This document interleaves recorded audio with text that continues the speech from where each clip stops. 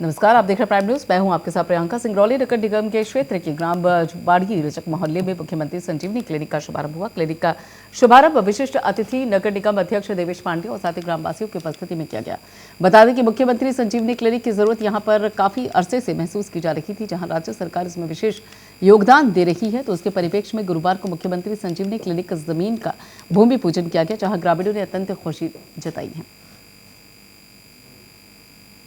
ये वार्ड क्रमांक 36 जुवाड़ी के रजक मोहल्ला और हमारे साहू परिवार से और भी प्रकार के वहाँ पे रहवासी हमारे भाई बहन रहते हैं, जो गरीब असहाय परिवार है, उनके बीच में आज मुख्यमंत्री संजीवनी क्लिनिक का जो कार्य प्रारंभ करा गया, भूमि पूजन किया गया। इससे बन जाने से उनको स्वास्थ्य को लेकर के दवा से संबंधित, स्वास्थ्य संबंधित अनेकों सुविधाएं लाभ मिलेंगी। दूर दूर जाकर के दवा लेने जाते थे, वह उनको पास नहीं मिलेगा। उससे उनसे कुछ छुटकारा मिलेगा। जो समस्याएं काफ़ी दिनों से जो पड़ी हुई थी, वो आज अथक प्रयास के कारण से आज जा करके वो पूरा हो गया।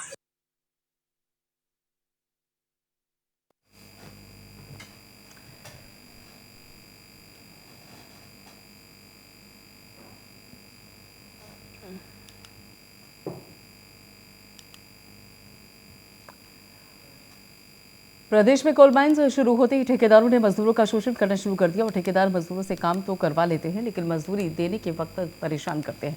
ऐसा ही मामला नरसिंहपुर जिले के गोटी टोरिया चौकी से सामने आया, जहां पर मजदूरी नहीं मिलने पर परेशान युवक टावर पर चढ़ गया और करीब 1 घंटे के बाद युवक को समझा बुझाकर टावर से नीचे उतारा गया।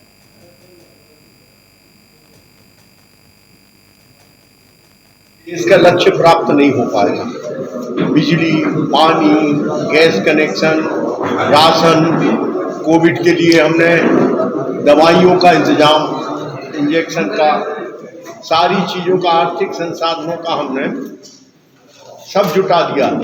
लेकिन अब निर्माण, उत्पादन, दुनिया में यदि हमें सर्वोत्कृष्ट बनना है, हमारे प्रारंभिक काल में जो बुनियादी गलती हो गई कि हमारे पूर्व जो नीति निर्धारक थे, जिनने 50-60 साल हिंदुस्तान की हुकूमत की, आबाद हुकूमत। उधर डिंडौरी में महिला कांग्रेस ने आम बजट में की गई अवृद्धि का विरोध करते हुए बीजेपी कार्यालय पर घेराव किया और कांग्रेस की प्रदेश महिला महामंत्री और उसके साथ ही जिला महिला कांग्रेस अध्यक्ष संतोष साहू के साथ ही बड़ी संख्या में मौजूद महिलाओं ने प्रदेश सरकार और केंद्र सरकार के खिलाफ विरोध प्रदर्शन किया। रसोई गैस सहित तमाम दैनिक उपयोग की चीजों पर की गई महंगाई को वापस लेने की मांग की। और गैस के दाम बढ़ने से आप समझ सकते हैं कि हर परिवार के ऊपर एक अतिरिक्त बोझ बढ़ जाता है। और आज हमारी बहनों के साथ अगर इस तरह का छलावा हो रहा है, बार बार गैस के दाम बढ़ाए जा रहे हैं, तो किसी न किसी की तो जवाबदेही होगी ना इस बात को उठाने की। हम कांग्रेस पार्टी के लोग हैं। हम लोगों ने हमेशा से गरीबों का, महिलाओं का, दलितों का, पिछड़े वर्ग का सबका सहयोग किया है। सबके समर्थन के लिए, सबकी मांगों को लेने के को उठाने के लिए हम लोग हमेशा से लड़ते रहे हैं। और उसी तारतम्य में आज मैं प्रदेश महिला महामंत्री हूँ महिला कांग्रेस की और यहाँ की प्रभारी हूँ महिला कांग्रेस की। तो मेरा ये दायित्व बनता है कि मैं इन बहनों की मांग को लेकर यहाँ खड़ी रहूँ, इनकी मांग को लिए लड़ूँ। और आज उसी तारतम्य में हमने ये भारतीय जनता पार्टी के कार्यालय का घेराव किया है। हमारी जो राष्ट्रीय अध्यक्ष हैं आदरणीय नेता डिसूजा जी, उनका निर्देश है हमें कि हर जिले में भारतीय जनता पार्टी के कार्यालय का घेराव किया जाए, ताकि सरकार को ये पता चल सके कि वो जिस तरीके से महिलाओं को परेशान कर रहे हैं महंगाई बढ़ाकर, तो उनके कान पे भी थोड़ी जू रहेंगे। मगर हमें मालूम है कि ऐसी असंवेदनशील लोग हैं ये कि इनको कोई फर्क पड़ने वाला नहीं है। लेकिन फिर भी हम अपनी मांग करते रहेंगे कि महंगाई को कम किया जाए, गैस के दाम कम किए जाएं। और अगर गैस के दाम कम नहीं होंगे, महंगाई कम नहीं होगी, तो हम लोग उग्र से उग्र आंदोलन करेंगे। और इस आंदोलन की पूरी जवाबदारी प्रदेश के मुखिया शिवराज सिंह चौहान जी की होगी। आपने कहा कि आप जानते हैं कि आपके इस आंदोलन का सरकार के ऊपर कोई प्रभाव नहीं पड़ेगा, इसका मतलब क्या समझा जाए? इसका मतलब ये समझा जाए कि हम लोग बार बार ये मांग उठा रहे हैं। सरकार को क्या मालूम नहीं है कि इस तरीके से अगर महंगाई बढ़ती है तो आम आदमी के ऊपर बोझ बढ़ता है? नहीं, कहने का तात्पर्य है कि यदि आप लोगों के आंदोलन का कोई प्रभाव नहीं पड़ रहा है, तो क्या ये सिर्फ दिखावा मात्र? जी नहीं, ये दिखावा मात्र नहीं है। अगर ये दिखावा मात्र होता तो हम कहीं और भी कर सकते थे। ये आज हम भारतीय जनता पार्टी के ऑफिस के सामने खड़े हैं और इसीलिए हम यहाँ पर खड़े हैं कि इनको पता चल जाए। और ये बात मैं इसलिए कहती हूँ क्योंकि हम लोग बार बार इस तरह का आंदोलन करते हैं और ये कम नहीं करते महंगाई को और बढ़ाते हैं। तो इसलिए हम लोग ये बात कर रहे हैं कि इनके मन में जरा भी इस चीज का आभास नहीं है इनको कि अगर हम गैस के दाम, मिट्टी के तेल नहीं दे रहे हैं, आप गैस के भी दाम बढ़ा रहे हैं, कैसे आम आदमी का परिवार चलेगा। आप अभी उज्ज्वला योजना का झुंझुना पकड़ा दिया। इन सारी महिलाओं से आप पूछ लीजिए अगर कोई एक भी महिला उस योजना का लाभ ले पा रही हो तो। इसलिए मैं ये कह रही हूँ कि इनको हम लोगों की आम आदमी की समस्या से कुछ भी लेना देना नहीं है। आज सरकार इन्होंने कैसे बनाई ये भी सबको मालूम है, किस तरह से खरीद फरोख्त करके इन्होंने सरकार बना ली। और उसके बाद आज जब फिर से वोट भारतीय जनता पार्टी की सरकार में महंगाई चरम सीमा पर है, जिसके लिए आज हमने बीजेपी के घेराव किया है। जिस प्रकार से गैस की बढ़ती हुई जो है रुपीस है, उसके लिए हमने यह कार्यक्रम किया है। मैं तो मोदी जी से यही कहना चाहूँगी कि अगर वो गृहस्थ जीवन में रहते तब उनको पता चलता कि आम जनता की दिक्कत क्या है, कितनी परेशानी होती है। उनकी न लड़का न लोगाई, उनको क्या पता है कि गृहस्थ जीवन कैसा होता है। गैस सिलेंडर हमको खरीदने में कितनी दिक्कत होती है, महिलाओं को कितनी परेशानियाँ होती है। हम तो यही कहना चाहेंगे जब हमारी कांग्रेस की सरकार आएगी तब हम 500 रुपये में गैस सिलेंडर देंगे। और मैं कहती हूँ कि हम 2024 में भी अपना सरकार बनाएंगे और 23 में भी सरकार बनाएंगे। बस मैं यही कहना चाहूँ।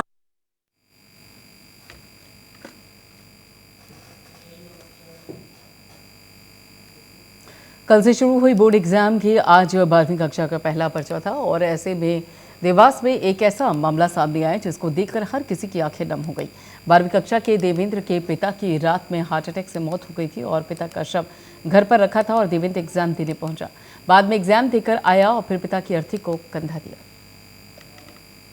मैं कक्षा 12वीं का छात्र हूँ, यहाँ एग्ज़ाम देने आया था और मेरा देर रात मेरे पापा का हार्ट अटैक से देहांत हो गया है। पर मैं अपना धर्म निभाते हुए पहले एग्ज़ाम देने आया, उसके बाद उनको मुखाग्नि दूंगा। अच्छा, कैसा मतलब पेपर कैसा गया आपका? अच्छा। क्या कहोगे अन्य बच्चों को, क्या संदेश देना चाहोगे आप? कि अपने मतलब पढ़ाई को पहले करो क्योंकि साल बिगड़ जाएगा। पीथमपुर के नवनिर्वाचित नगर पालिका अध्यक्ष, उपाध्यक्ष और पार्षद का शपथ विधि समारोह आज पूर्व मुख्यमंत्री कमलनाथ जी की मौजूदगी में हुआ। बता दें कि पूर्व मुख्यमंत्री कमलनाथ जी हेलीपैड से सीधे मुख्य नगर पालिका कार्यालय पहुंचे। वहां पर कुछ उद्योगपतियों से मुलाकात कर कार्यक्रम में भाग लिया। कमलनाथ ने अपने उद्बोधन में प्रदेश सरकार को आड़े हाथों लेते हुए खरी खोटी सुनाई और जीतू पटवारी के विधानसभा सत्र से निष्कासन पर उन्होंने आज विधानसभा में सभापति पर अविश्वास प्रस्ताव लाने और विधि सम्मत कार्रवाई की बात कही।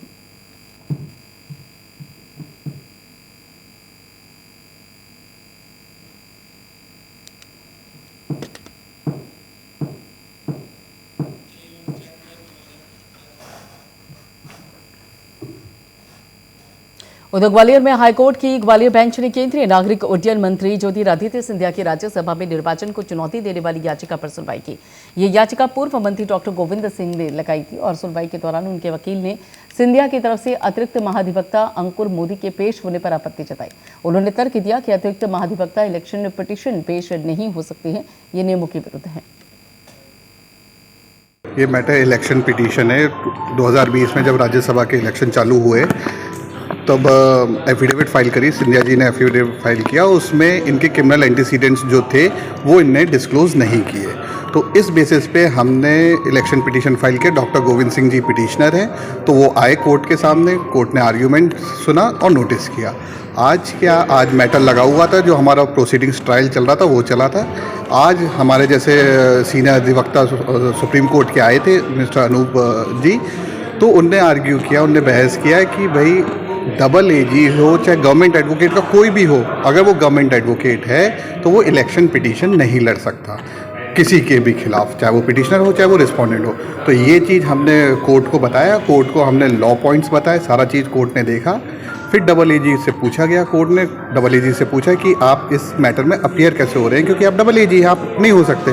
तो उनने 17 तारीख तक अपना टाइम मांगा है, 17 मार्च तक वो इस बात पे अपना रिप्लाई फाइल करेंगे। तो अब देखते हैं वो अपना क्या रिप्लाई फाइल करते हैं। एटलीस्ट वो स्टैंड तो बताएंगे कि भाई डबल एजी कैसे अपीयर हो सकता है लॉ के खिलाफ।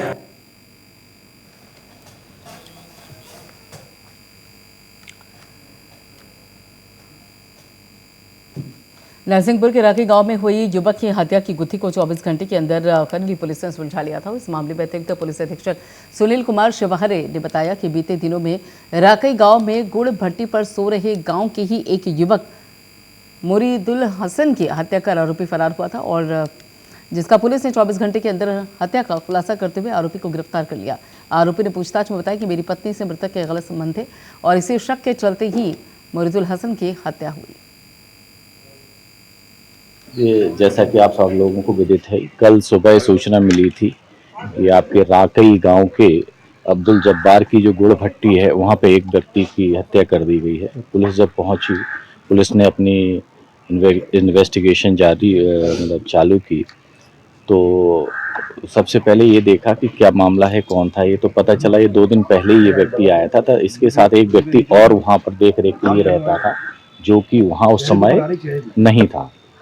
तो पहले संदेह हुआ कि ऐसा तो नहीं उस व्यक्ति के साथ भी कोई घटना घटी हो। जब वहाँ आसपास पूछताछ की, इसका पूरा बैकग्राउंड पता किया, तत्पश्चात FSL का विजिट करा के बॉडी को PM के लिए भेजा और जब सारी तफ्तीश हुई और ये निकल के आया कि जो व्यक्ति वहाँ पर रह रहा था उसी ने ही इसकी हत्या की है।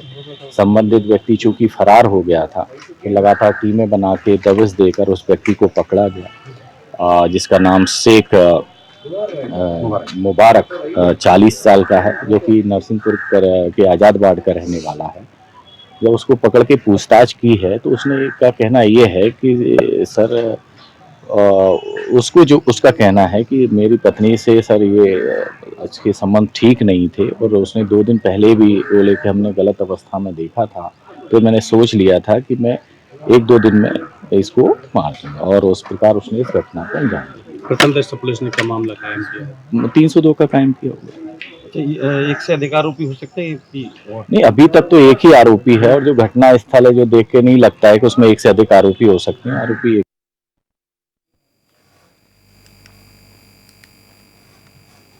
और अगली खबर मंदसौर से है, जहां पर सीतामऊ पुलिस ने बड़ी कार्रवाई की है। पुलिस ने अश्लील वीडियो बनाकर ब्लैकमेल करने वाली गिरोह का खुलासा किया।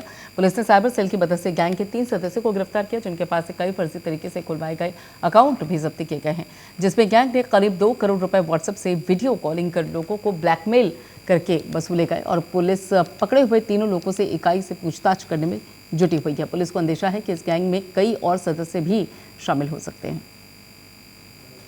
वर्तमान परिवेश में विभिन्न प्रकार के ठगों द्वारा विभिन्न तरीके से नए तरीकों से ठगी की जा रही, जिसमें हमारे पुलिस अधीक्षक मंदसौर श्री अनुराग सुजानिया सर को ये जानकारी मिली कि इस क्षेत्र में एक ऐसा ठग गिरोह पैदा हुआ है जो कि किसी भी ग्रामीण के अकाउंट खुलवाता है और अकाउंट खुलवाने के पश्चात उसके अकाउंट को स्वयं संचालित कर विभिन्न प्रकार से किसी व्यक्ति को ब्लैकमेल करता है।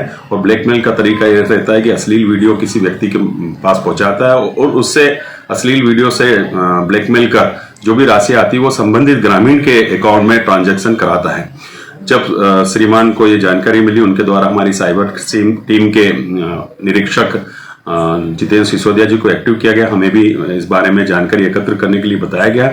जानकारी हमारे द्वारा गोपनीय स्तर पर ली गई तो हमें एक व्यक्ति दशरथ निवासी महुआ मिला, जिसके द्वारा बताया गया कि उसका अकाउंट उसी के गांव के कुछ लोगों ने और उनके साथी, जिसमें नरसिंह मालवी है, हरीश मालवी है, इनके माध्यम से सद्दाम मुसलमान निवासी पानपुर को साथ लेकर खुलवाया गया है HDFC बैंक में। और उस अकाउंट में पिछले 1 माह में लगभग लाखों रुपए ट्रांजैक्शन हुए हैं। जानकारी मिलने के आधार पर और चेक किया गया, सद्दाम को, नरसिंह को और हरीश को हमारे द्वारा राउंड अप किया गया, जिनसे पूछताछ पर यह जानकारी मिली कि उनके द्वारा विभिन्न लोगों के अकाउंट खुलवाए जाते थे और उन अकाउंट में ब्लैकमेल की हुई राशि को वो ट्रांसफर करवाते थे। ब्लैकमेलिंग का तरीका उनका अश्लील वीडियो भेजकर किसी व्यक्ति विशेष को ब्लैकमेल किया जाता था और ट्रांसफर राशि है वो संबंधित व्यक्ति फरियादी के अकाउंट में ट्रांसफर की जाती है।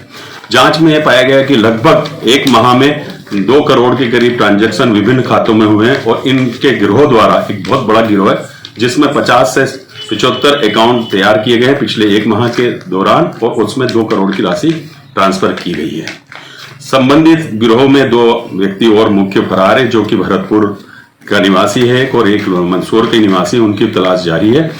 इस प्रकार का गिरोह पूरे भारतवर्ष में चल रहा है जो कि हमारे पुलिस अधीक्षक महोदय द्वारा विशेष जागरूकता से ट्रेस किया है। इस गिरोह के और भी लिंक हो सकते हैं और ये निश्चित रूप से ये भी पता चला है कि इनके भारतवर्ष से बाहर भी अंतर्राष्ट्रीय स्तर पे भी लिंक है और उस में भी इनके द्वारा फ्रॉड उन व्यक्तियों से की गई है, जिसकी जानकारी हमारे द्वारा अग्रिम विवेचना के दौरान जुटाई जाएगी।